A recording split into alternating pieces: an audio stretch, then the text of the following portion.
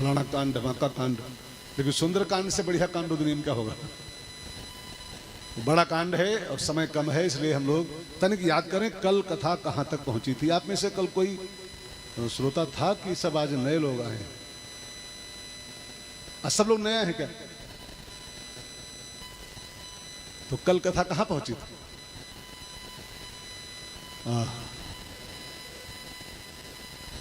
सुंदरकांड का पहला दोहा कल हो पाया था। हनुमान जी जानकी जी की खोज में उड़ान भरे। मैंने आपसे कल कहा था कि सीता भक्ति का प्रतीक है और भक्ति की खोज में 4 विघ्न आते हैं, 4 बाधाएं। हनुमान जी के रास्ते में पहली बाधा के रूप में सोने का पहाड़ आया, मैनाक। मैनाक आया तो विश्राम की बात कह रहा था, रुक जाओ विश्राम कर लो फिर आगे बढ़ो। हनुमान जी वहां रुके नहीं। मैनाक क्या है? ये सुविधाओं का ढेर है, सुख संपत्ति का ढेर है। और भक्ति के रास्ते में संपत्ति पहली बाधा है, सुख संपत्ति ये पहली बाधा बन के सामने आती है। इसका एक बहुत बढ़िया कारण है। कारण जानते हो क्या है? ये भक्ति के रास्ते में ये संपत्ति क्यों बाधा बनती है, माया? इसका कारण एक बहुत प्यारा है।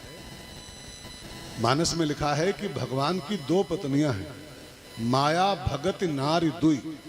माया भगत नारी दुई रूपा। माया भी भगवान की पत्नी है और भक्ति भगवान की पत्नी है।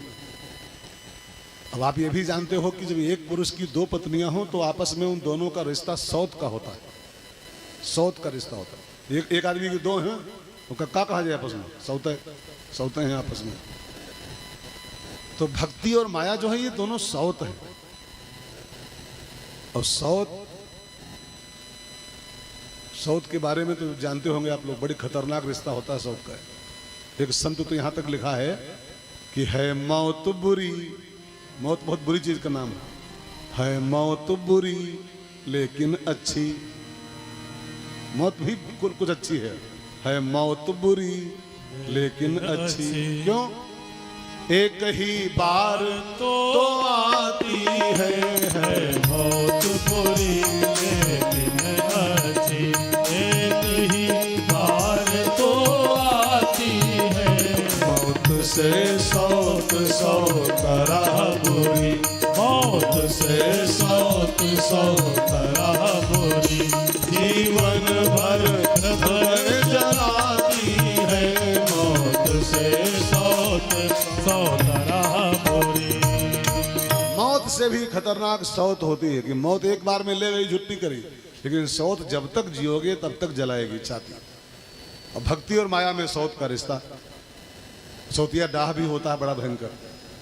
तो जब ये माया देखती है ना कि कोई आदमी भक्ति की ओर बढ़ रहा है, सीता की ओर, तो जो माया है ना, सुख संपत्ति घर आवे, सुख संपत्ति घर आवे, कष्ट मिटे तन का, ये बर्दाश्त नहीं कर पाते। सौतिया डाह पैदा होता है इसको। भक्ति की ओर जा रहे हो, मेरी सौत की ओर जा रहे हो, ये ले सोने का पहाड़, ये ले। और फिर ये सोने के पहाड़ भेजना शुरू करती है माया ऊपर से। ले पहाड़ ले गड्ढा ले, 10 करोड़ ले, 20 करोड़ ले। ये चाहती है कि हमारी सौत की ओर तुम जाओ, भक्ति की ओर मत बढ़ो। माया विघ्न करती। कई बड़े बड़े महात्माओं के आगे जो माया प्रकट होनी शुरू होती है, अब बेचारे महात्मा, कई महात्मा मैं जानता हूं, नाम न लूं किसी का, केवल सब क्या करने को निकले थे घर से।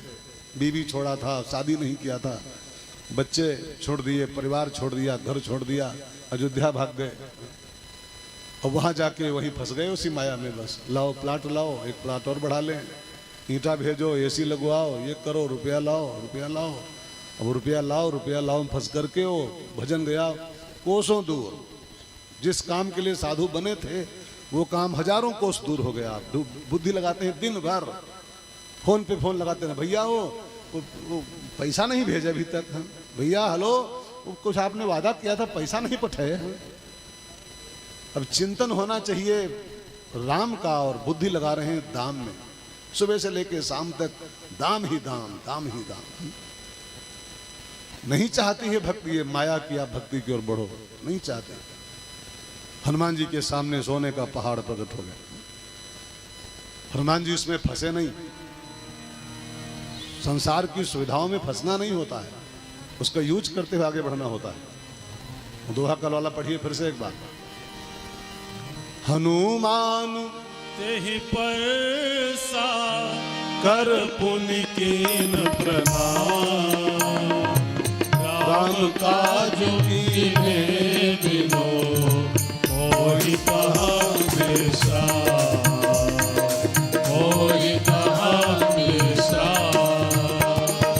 हनुमान तेहि परसा कर पुनि कीन प्रणाम, राम काज कीन्हे बिनो मोहि कहाँ विश्राम, मोहि कहाँ विश्राम। हनुमान जी उसको उड़ते उड़ते परसा, परसा माने स्पर्श करना, और स्पर्श माने होता है एक विशेष मात्रा में, एक विशेष क्वांटिटी में स्वीकार करते हुए और आगे बढ़ना। हमका मंजिल सोना नहीं है, मंजिल तो परमात्मा सीता है। जीवन का लक्ष्य संपत्ति नहीं है, जीवन का लक्ष्य तो भक्ति है। रामायण में बिल्कुल स्पष्ट लिखा है, लाभ न किछु हरि भगत समाना। इस दुनिया में, इस जगत का जो सबसे बड़ा लाभ है वो भगवान की भक्ति है। ये प्लाट और नौकरी और रुपया और फैक्ट्री ठीक है, इसकी निंदा नहीं, जीवन की जरूरतें भी हैं, लेकिन ये जीवन की मंजिल नहीं है। अब इसी को जो मंजिल मान के फंस जाए कि नहीं नहीं वो प्लाट हो गया बस बहुत है, नौकरी मिल गई बस बहुत है, पैसा हो गया मतलब भर का जिंदगी सफल हो गई, घाटे में है हम लोग, घाटे में। लक्ष्य पैसा नहीं है जीवन का, पैसा जरूरत है, तो जरूरत माने जरूरत भर को ले लो, आगे बढ़ो।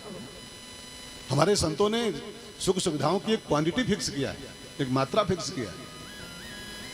साईं साईं, हे ठाकुर, महात्माओं का लिखा दुआ है, साईं इतना दीजिए, एक मात्रा फिक्स है वो, जहां में कुटुंब समाए और मैं भी भूखा ना रहूं, साधु न भूखा जाए। और हमारा आपका हाल क्या, हम लोग उसका ब्रैकेट तोड़ दिए। वो एक ब्रैकेट में होना चाहिए, ये सब एक सीमा में होना चाहिए, हमने उसके सीमाएं तोड़ दिया। साईं इतना दीजिए कि मेरी बैंक भर जाए और मैं बैठ के मलीदा काटूं, तो साधु न घर में आए। साधु घर में को आवे न पावे, हाँ, और बैठ के हम मलीदा खाएं। सुख संपत्ति की बुराई नहीं की गई किसी पुराण में, लेकिन इसकी मात्रा फिक्स होनी चाहिए, मात्रा। एक बहुत बड़े संत बोल रहे थे कि जीवन में 3 बातें बहुत आवश्यक हैं, बहुत समझ के सुनो। एक, जीवन मात्रामय हो, तीनों पॉइंटों पर ध्यान दो, जीवन को धन्य करना चाहते हो तो। नंबर 1, जीवन को मात्रा में रखो, मात्रा माने लिमिट में, लिमिट। अति का भला कुछ भी उचित नहीं होता है, अति का भला कुछ उचित नहीं होता। जीवन एक मात्रामय हो और जीवन यात्रामय हो। लाइफ इज ए जर्नी, यहां रहने कोई आया नहीं है, इस बात को बिल्कुल ख्याल रखो। जीवन यात्रामय बना के जियो, आप एक यात्रा में खाली आए हो। एक बड़ी प्यारी शेर मुझे याद आ रही है, आदमी लेटा जमी पर, लोग कहते मर गया। आदमी लेटा जमी पर, लोग कहते मर गया। वो बेचारा था सफर में, आज अपने घर गया, आज अपने घर गया है, यात्रा में था एक बस वो। लाइफ इज ए जर्नी, ये बपौती नहीं है किसी की, यहां कोई रहने नहीं आया है। मैंने आपको इस पंडाल में कई बार सुनाया है कि ये संसार क्या है, एक ओवर ब्रिज है, ओवर ब्रिज। अभी कल अवस्थी जी रास्ते में कह रहे थे, हम 82 में लखनऊ आए थे तो वाला, हाँ, एकमात्र ओवर ब्रिज था संसार लखनऊ में, अब तो मार पुल हो गए सब। ये संसार इज ओवर ब्रिज, और आपको पता है कि ओवर ब्रिज पर रहना अलाउ नहीं होता, हाँ? वहां पर कोई जाए और झोपड़ी ताने रहे पर, पुल पर, तो कोई रहा दी तो अब वो रहने के लिए बना हुआ है क्या? ऐसे कोई हिम्मत करे कि वो 4 कप प्लेट बनवाए पिलर है ऊपर छत डाल ले, वो हम दाल भात बना हुआ खाए ओवर ब्रिज पर, जानते हो क्या होगा? नगर पालिका वाले आएंगे लेके बुलडोजर, वो सब उखाड़ के फेंक जाएंगे तुरंत ही, कि ये खाली गुजरने के लिए है, बसने के लिए नहीं है। ओवर ब्रिज खाली पास होने के लिए होता है, पास होने के लिए। ये पूरा वर्ल्ड एक ओवर ब्रिज है।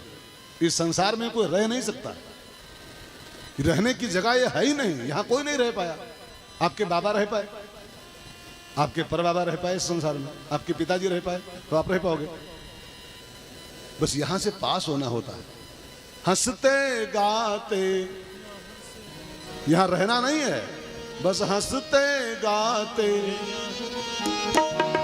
हंसते गाते यहाँ से गुजर, हंसते गाते यहाँ से गुजर, हंसते गाते यहाँ से गुजर। दुनिया की तू परवाह न कर, दुनिया की तू परवाह न कर। मुस्कुराते हुए दिन बिताना, यहाँ कल क्या हो किसने जाना, जिंदगी सफर में सुहाना, यहाँ कल क्या हो किसने जाना। अब यह गीत बिल्कुल स्पष्ट कहता है, यहां से गुजर, यहां से गुजर। यहां कोई बस नहीं सका, सिकंदर नहीं रह पाया, मनमोहन सिंह नहीं रह पाएंगे, नरेंद्र मोदी नहीं रह पाएंगे, अब्दुल कलाम नहीं रह पाए, इंदिरा गांधी नहीं रह पाई, आयरन लेडी। किस खेत की मूली हैं हम और आप, यहाँ बसने ख्वाब देख रहे हैं। यहाँ बसना किसी को नहीं, यहाँ से खाली गुजरना है, बस गुजरना है। Word is over bridge. So बहनों भाइयों, हनुमान ते ही परसा, जीवन मात्रा में हो, जीवन यात्रा में हो। और तीसरा सूत्र एक संत ने दिया था कि जीवन सूत्र में हो। तो तीनों बातों नोट कर लो जिंदगी में कहीं पर, जीवन मात्रा में, हर चीज सम्यक, हर चीज सम्यक, और जीवन यात्रा में, और जीवन किसने कुछ सूत्र में हो।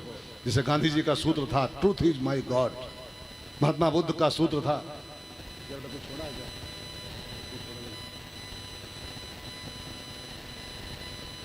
भगवान बुद्ध का सूत्र था, अहिंसा परमो धर्म। ऐसे ही जीवन में कोई न कोई सूत्र होना चाहिए। सो बहनों भाइयों, हनुमान जी महाराज की कथा सिखाती है, हनुमान ते ही परसा, कर पुण्य कीन प्रणाम, राम काज कीने बिनो, मोहि कहाँ बेसा, मोहि कहाँ बेसा।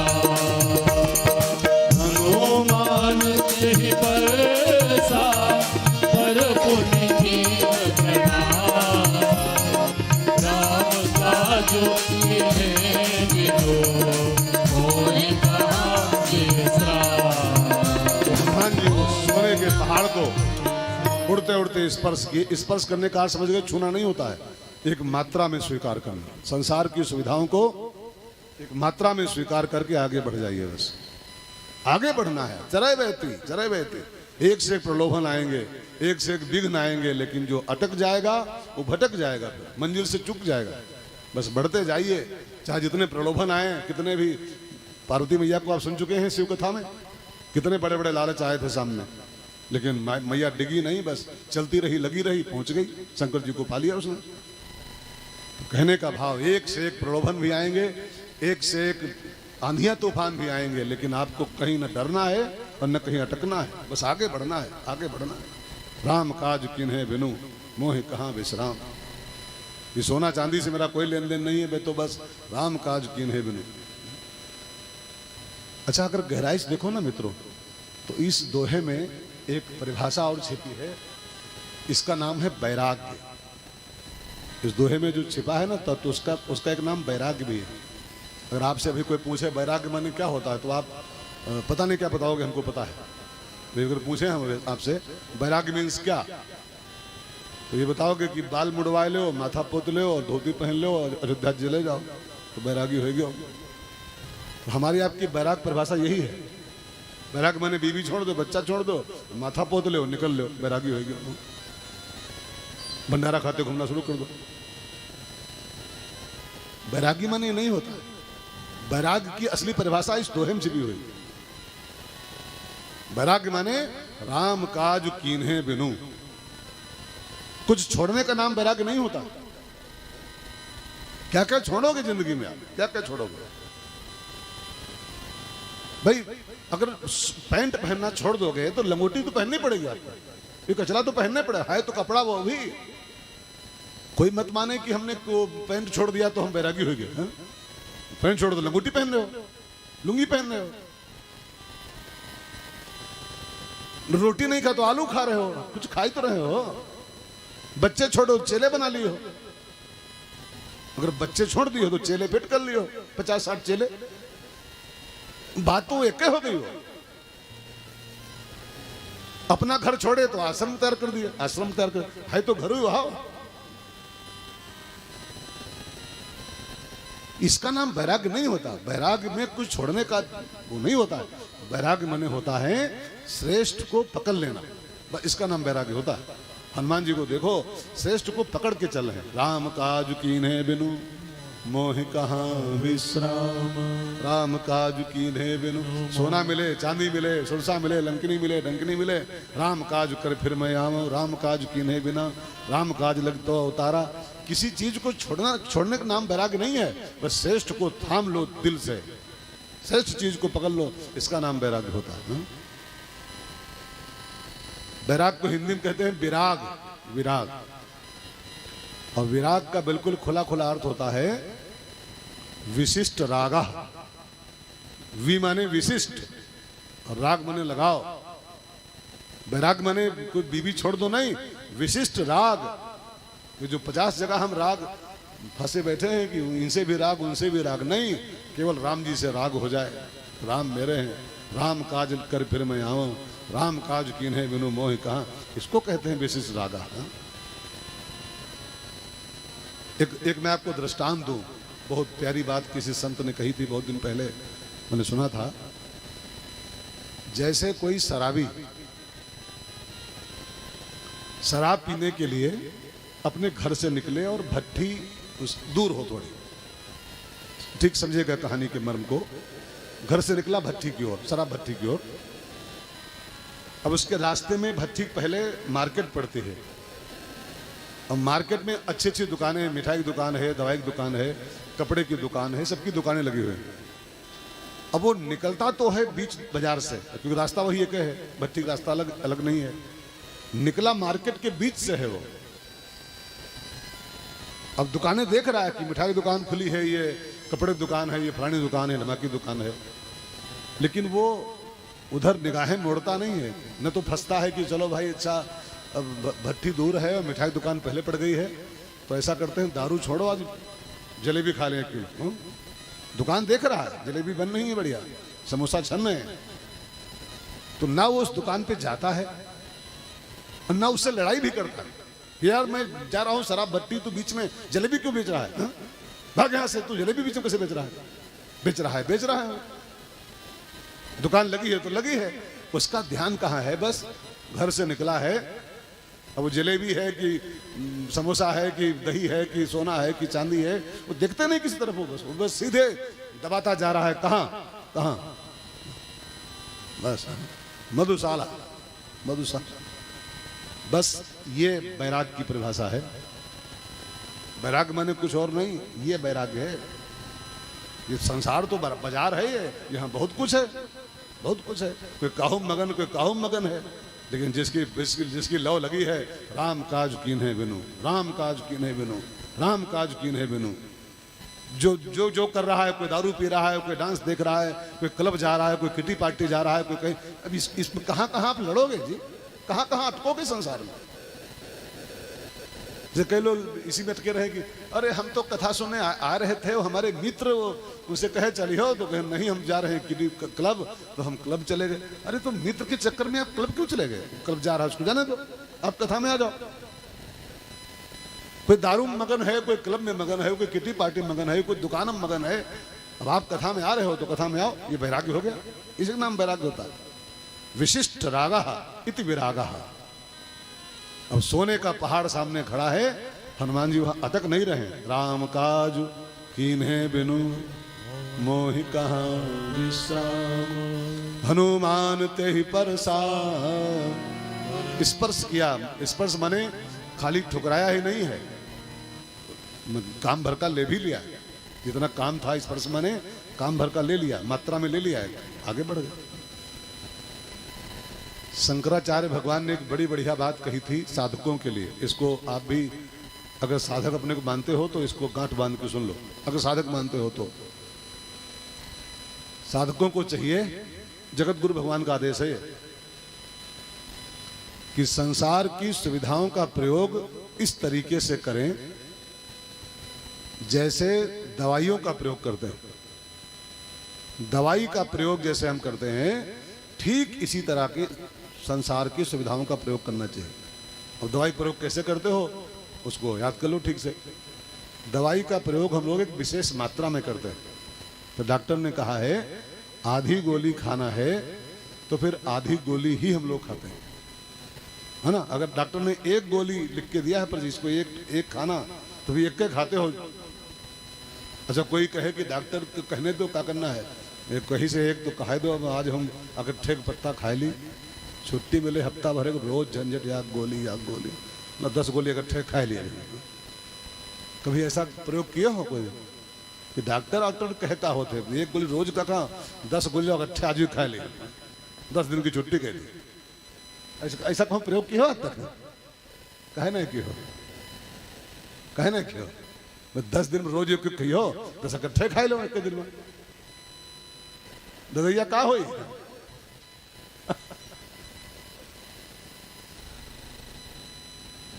अब इसी बात को याद करो, जगतगुरु भगवान के शब्दों को इसी बात के साथ।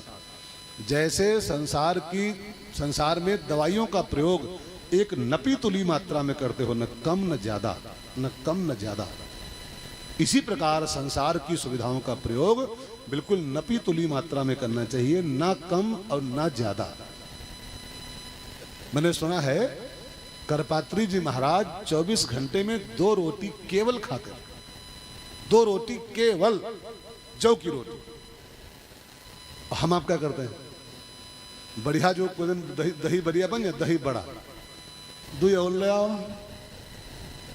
अच्छा तो 2 और डाल दो, देखा जाए फिर 2 और बढ़िया बना है, अच्छा लगो 2 और ले आओ। गलत। ये बिल्कुल नपी तुली मात्रा में संसार की सुविधाओं का प्रयोग करना चाहिए, उससे न अधिक न कम। परसा का अर्थ ही होता है परसा। इन संसार की सुविधाओं को जो बटोरने का प्रयास करेगा, इसके जो संग्रह में लग जाएगा, इसमें जो अटक जाएगा, फिर वो मंजिल से बहुत दूर हो जाएगा, भटक जाएगा फिर पूरी तरीके से। तो भाई बहनों, बस हनुमान के ही परसा स्पर्श करते आगे बढ़े। मैंने कहीं सुना था, आपको सुनाया भी है कि 2 जीव होते हैं, चींटी और मक्खी। आपने देखा होगा कभी।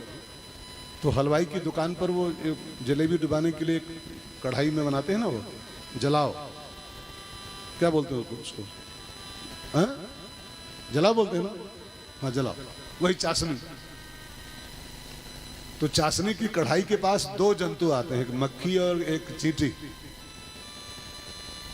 तो चींटी तो आती है और थोड़ा दूर रह के बने, एक थोड़ा दूरी बना के उस कढ़ाई से, चाशनी से चोंच बढ़ा के, और मतलब भर को पी लेती है दूर से ही, थोड़ा घुसे बिना उसमें। और मतलब भर को ले लिया और मुड़ी यू टर्न लिया और निकल गई चुपचाप। और मक्खी बहनी क्या करती मालूम? मक्खी बहनी हम कूद पड़ती कढ़ैया में, कि लाए हम पूरी कढ़ैया पी जाइए, सभी पी ली कढ़ैया पूरी। वो आई और चोंच बढ़ाई, मतलब भर को लिया और निकल गई। हम मक्खी वह डूबती है, मत गिर पड़ती, सब पी जाई पूरा हमें। तो पी पाती होगा, पी पाती, वो हम बूढ़ी मर जाते हैं। ये संसार भी एक चाशनी कढ़ाई है, इसमें जो मक्खी का रोल निभाएगा वो डूब के मरेगा। ऐसे चींटी की तरह इसको मतलब भर को लिया, साईं इतना दीजिए जामे कुटुंब समाए, और बस अपनी गाड़ी यू टर्न करो, कहीं और जाना आपको है। हाँ? अनमोल जन्म तेरा, अनमोल जन्म तेरा यूं ही गवा रहा है, अनमोल जन्म तेरा यूं ही गवा रहा है। अनमोल जन्म तेरा यूं ही गवा रहा है, अनमोल जन्म तेरा यूं ही गवा रहा है। जाना तुझे कहाँ है,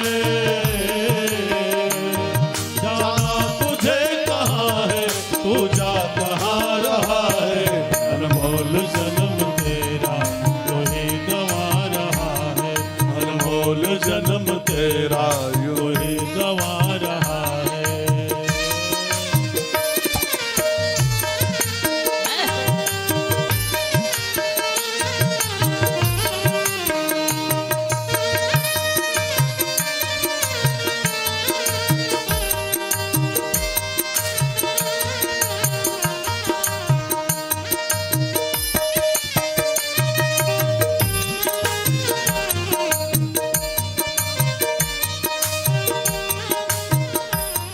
सपनों की नींद में ही यह रात ढल न जाए, सपनों की नींद में ही ये रात ढल न जाए, पल भर का क्या भरोसा कब जान निकल जाए, पल भर का क्या भरोसा कब जान निकल जाए। गिनती की है ये श्वासें यूं ही लुटा रहा है, गिनती की है ये श्वासें यूं ही लुटा रहा है। जाना तुझे कहाँ है, जाना तुझे कहाँ है, तू जा कहाँ रहा है, अनमोल जन्म तेरा यूं ही गवा रहा है, अनमोल जन्म तेरा यूं ही गवा रहा है। तो हनुमान ते ही परसा कर पुन कीन प्रणाम, राम काज कीने बिनु मोहि कहाँ विश्राम। हनुमान जी उस पहली बाधा को स्पर्श करके आगे बढ़ गए, फंसे नहीं वहां पर। फंस जाते तो वहीं पर उनको लील लेता हो, वो कुश्मैनाक पर्वत ही उनको खा लेता, आगे बढ़ नहीं पाते। मैंने कहीं सुना था ये लोभ जो होता है ना, ये सोने चांदी का लोभ, सुख संपत्ति का लोभ, ये लूडो के खेल में आपने देखा होगा। लूडो खेले हो कभी प्रीत, कभी लूडो खेले हो? लूडो के खेल में एक खेल होता है सांप सीढ़ी वाला, और सांप सीढ़ी के खेल में एक सांप एक सपा होता है 99 पर, एक एक गुट्टी बढ़ाते जाओ, खाना बढ़ते जाओ, और कभी कभी 99 पे ऐसा गप दिखाता है वो, हाँ, ला के उतारता है सीधे नंबर 2 पर ला के, मरो जूझो फिर आगे बढ़ो, फिर से आगे बढ़ो।